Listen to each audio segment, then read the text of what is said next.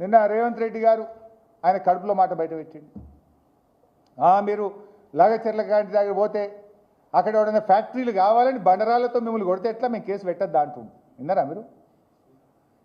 ఇది ఆల్రెడీ అమలు చేసిండు భాయ్ సాబ్. ఈయన ఇప్పటికే రాష్ట్రంలో తిట్ల సాంప్రదాయం తెచ్చిండు. తిట్లు తిట్టి ఇప్పుడు ఆయనకే తగిలింది ఆ తిట్లు. ఏమైంది ఇప్పుడు? అయ్యో గిట్ట తిడతారా ఎవరు తెచ్చిండు దాన్ని? 5 ఏళ్ల కింద నువ్వే తెచ్చినావు కదా. ఈ యూట్యూబ్, ఈ తిట్లు, ఈ బూతులు ఇవన్నీ తెచ్చిందే నువ్వు. అది తన దాకా వస్తే కానీ తెలియదట అన్నట్టు ఇప్పుడు నీకు తగిలింది అది. ఇప్పుడు ఇంకో సాంప్రదాయం తెస్తుండు, రాయలసీమ ఫ్రాక్షన్ టైప్ పాలిటిక్స్. ఒక ఫ్రాక్షనిస్ట్ కనబడ్డాడు నిన్న రేవంత్ రెడ్డిలో. ఏమంటుండు? దాడులు. మీరు ఎక్కడైనా అన్యాయం జరిగితే, ప్రజలకు కష్టం వస్తే మీరు ఆడికి పోతే దాడులు అవుతాయి అని చెప్తుండు. నేను ఈ సందర్భంగా ఒక విషయాన్ని గుర్తు చేయదలుచుకున్నాను. దాడులు అయితే మేము కేసులు పెట్టద్దా అని కూడా అన్నాడు నిన్న. అది నాకే అనుభవమైంది. ఖమ్మం జిల్లాలో వరదలు వస్తే నా సహచర ఎమ్మెల్యేలు, మాజీ మంత్రులము 5గురం ఉన్నాం. ఒక 5గురం ఎమ్మెల్యేలు ఉన్నాం, 5గురం మాజీ మంత్రులమే. జగదీష్ రెడ్డి గారు, సబితా ఇంద్రారెడ్డి గారు, గంగుల కమలాకర్ గారు, నేను, పువ్వాడ అజయ్ గారు, 5గురం ఉన్నాం.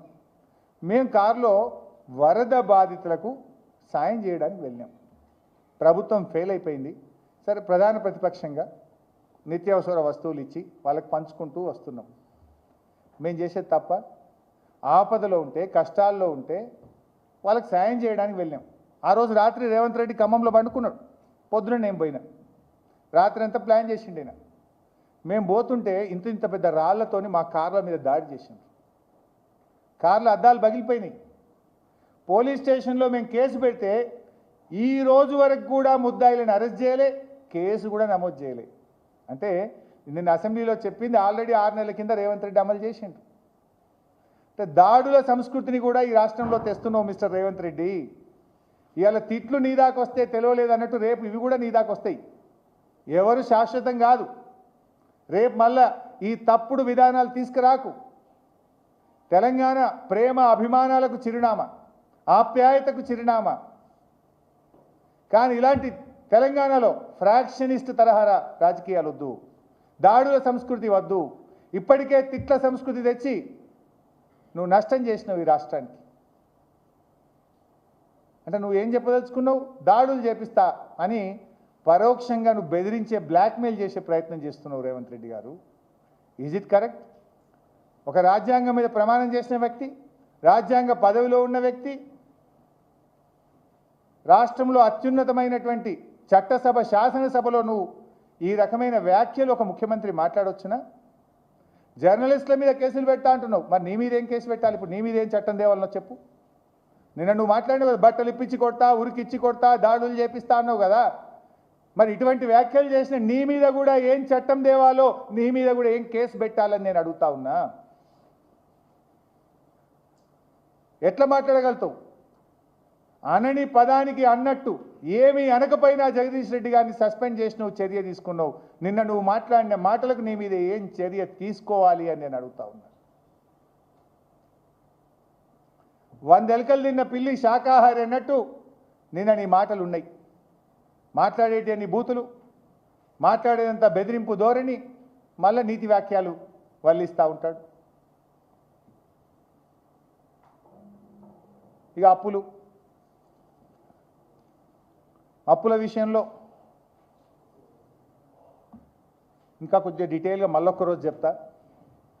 ఇది ఒక స్టేట్మెంట్ కూడా రిలీజ్ చేస్తాను మీకు, అంటే ఓవర్లోడ్ అవుతుంది. ఇది ఆల్రెడీ నేను ఒక స్టేట్మెంటు డీటెయిల్గా రిలీజ్ చేసిన. ఇది నేను ఎక్కడి నుంచో కూడా చెప్తలేను. ఇది తెలంగాణ రాష్ట్ర ప్రభుత్వం అసెంబ్లీలో పెట్టిన ఆర్థిక శ్వేతపత్రం. ఈ శ్వేతపత్రంలో ఇది బట్టి విక్రమార్క గారు ఇచ్చిన పేపర్. ఇందులో బట్టి విక్రమార్క సంతకంతో ఉన్న పేపర్ ఇది. యాజ్ పర్ దిస్, రాష్ట్ర ప్రభుత్వ అప్పులంటే రాష్ట్ర ప్రభుత్వం తీసుకున్న అప్పులు, రాష్ట్ర ప్రభుత్వ ఖజానా నుంచి తిరిగి చెల్లించే అప్పును రాష్ట్ర ప్రభుత్వ అప్పు అంటారు.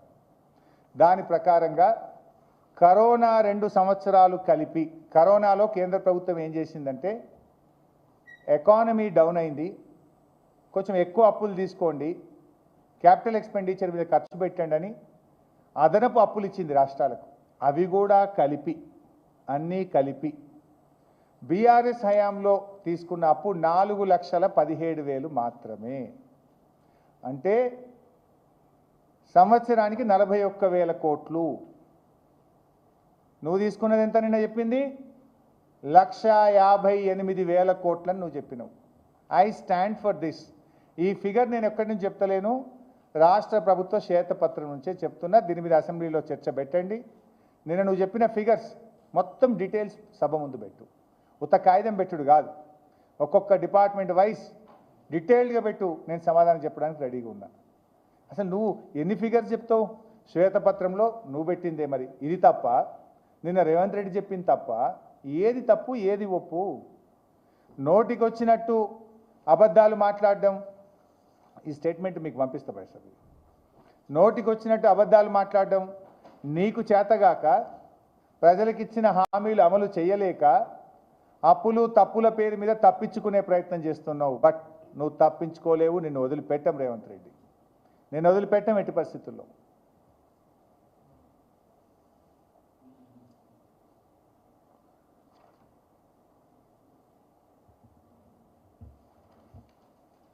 ఇకపోతే తెలంగాణ సంస్కృతి గురించి కూడా మాట్లాడినాడు. అసలు తెలంగాణ పదమే ఉచ్చరించని రేవంత్ రెడ్డికి ఈ రోజు వరకు ఎప్పుడైనా జై తెలంగాణ అన్నవా? నువ్వు తెలంగాణ ద్రోహివి.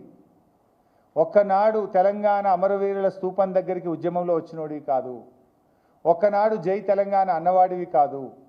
ఒక్కనాడు తెలంగాణ ఉద్యమంలో అరెస్ట్ అయిన చరిత్ర నీకు లేదు. ఒక్కనాడు తెలంగాణ కోసం రాజీనామా త్యాగం చేసిన చరిత్ర నీకు లేదు. ముఖ్యమంత్రి అయిన తర్వాత కూడా ఒక్కనాడు జై తెలంగాణ అని కడుపు నిండా నీ నోట ఒక్కనాడు విన్నది లేదు. నువ్వు ఇలా కాకతీయుల తోరణం తీసి తెలంగాణ సంస్కృతి నుంచి కాకతీయ తోరణాన్ని వేరు చేయొచ్చా? అసలు వేరు చేసే అంటే తల్లి పిల్లల బంధం తెలంగాణకు కాకతీయులకు ఉన్నటువంటి బంధం. ఇలా కాకతీయ తోరణాన్ని వేరు చేస్తా అంటావు, చార్మినార్ను వేరు చేస్తా అంటావు, తెలంగాణ తల్లి చేతిలో నుంచి బతుకమ్మను వేరు చేస్తా అంటావు.